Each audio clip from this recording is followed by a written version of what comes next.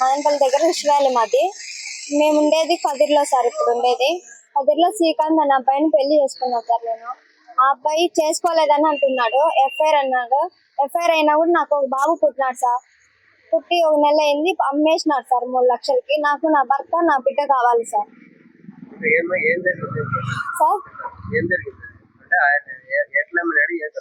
అది వాళ్ళకు ఆస్తులకి నేను అడ్డం పోతాననేసి అమ్మేసినాడు సార్. వాళ్ళ ఆస్తులకు వాళ్ళ దానిలకు ఆ అబ్బాయికి పెళ్ళైంది సార్.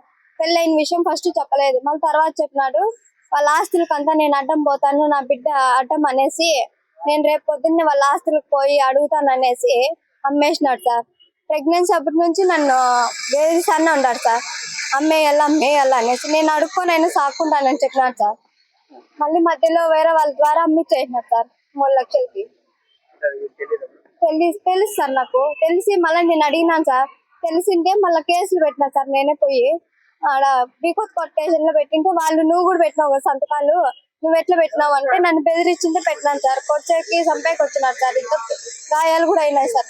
ఇది చేసింటే నేను పోయి అడిగితే మళ్ళీ నీ మీద కూడా రిటర్న్ కేసు వేస్తామన్నారు సార్. వేయండి అని చెప్పినారు సార్. బీకోత్ కోర్టులో సార్ వాళ్ళకి వేయండి అంటే మళ్ళీ వాళ్ళు బలింతంగా ఆ అబ్బాయి మాటలు వినేసి డబ్బులు ట్రాన్స్ఫర్ చేయించినారు సార్. నాకు 2 లక్షలు 2 లక్షలకి 1000 రూపాయలు తక్కువ సార్. నేను మళ్ళీ ట్రాన్స్ఫర్ చేయండి సార్ నాకు వద్దు అనేసి.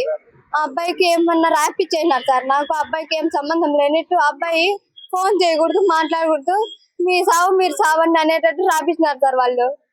నాకు నా భర్త నా బిడ్డ కావాలి సార్. ఏ స్టేషన్ పోయినా నాకు న్యాయం జరగలేదు సార్. తెలియదు సార్. వాళ్ళు మదనపల్లి వాళ్ళ ద్వారా తెలుసుకోవాలి సార్. అడిగినాను సార్, వాటికి డబ్బులు ఇస్తాము ఏంటంటే మేము 3 లక్షలు కాదు ఇచ్చింది 25 లక్షలు ఇస్తున్నామని చెప్తున్నారు సార్ వాళ్ళు. Local to global news at your fingertips. మీ చేతిలో ఒక ఆయుధం. Download Raw TV app.